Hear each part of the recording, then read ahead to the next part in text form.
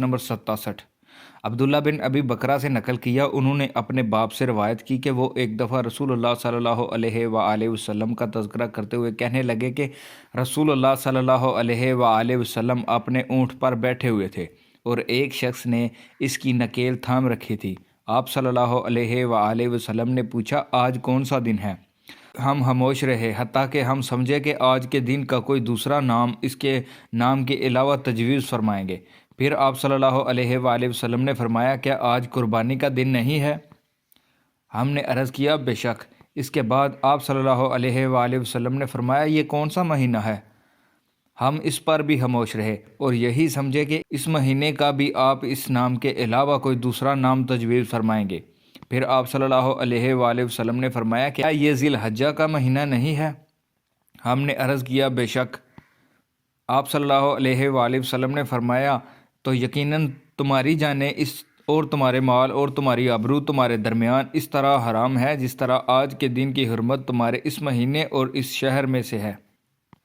پس جو شخص حاضر ہے اسے چاہیے کہ غائب کو یہ بات پہنچا دے، کیونکہ ایسا ممکن ہے کہ جو شخص یہاں موجود ہے وہ ایسے شخص کو یہ خبر پہنچائے جو اس سے زیادہ حدیث کا یاد رکھنے والا ہو۔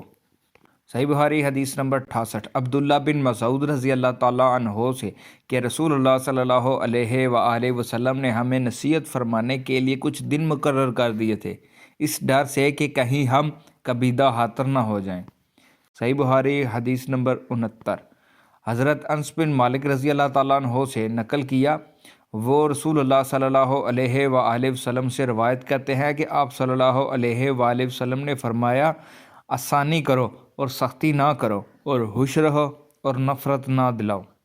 صحیح بخاری حدیث نمبر 70 عبداللہ بن مسعود رضی اللہ تعالیٰ عنہ ہر جمعرات کے دن لوگوں کو واعظ سنایا کرتے تھے۔ ایک دن ایک آدمی نے ان سے کہا، اے ابو عبد الرحمن، میں چاہتا ہوں کہ تم ہمیں ہر روز واعظ سنایا کرو۔